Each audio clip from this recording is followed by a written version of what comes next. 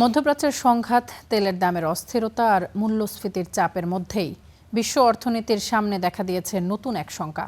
জাতিসংঘের আবহাওয়া বিশেষজ্ঞরা বলছেন, আগামী কয়েক মাসের মধ্যেই শক্তিশালী এল নিনো ফিরে আসতে পারে, যার প্রভাবে বিশ্ব অর্থনীতি হুমকির মুখে পড়তে পারে।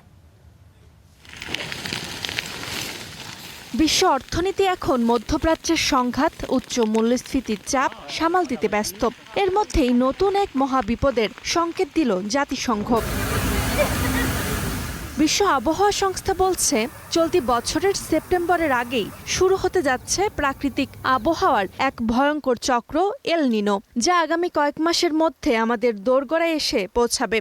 I thank the World Meteorological Organization for this vital new update. 2026 সালের সেপ্টেম্বর থেকে ডিসেম্বর পর্যন্ত এল নিনো হওয়ার সম্ভাবনা রয়েছে।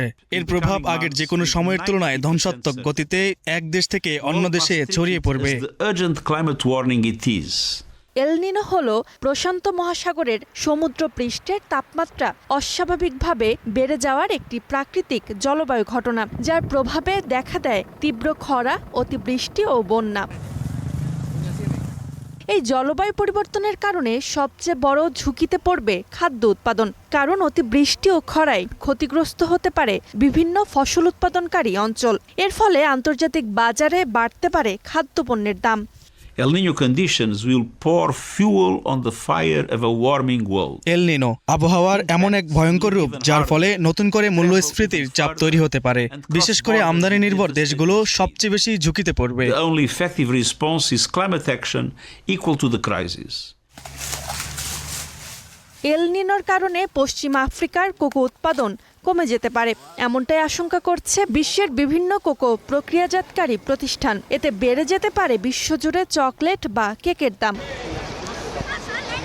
এছাড়া জ্বালানি খাতও চাপে পড়তে পারে। খরার কারণে অনেক দেশে জলবিদ্যুৎ উৎপাদন ব্যাহত হতে পারে। অন্যদিকে বন্যা, দাবানল ও ঘূর্ণিঝড়ের কারণে পরিবহন ও সরবরাহ ব্যবস্থায় বিঘ্ন ঘটতে পারে।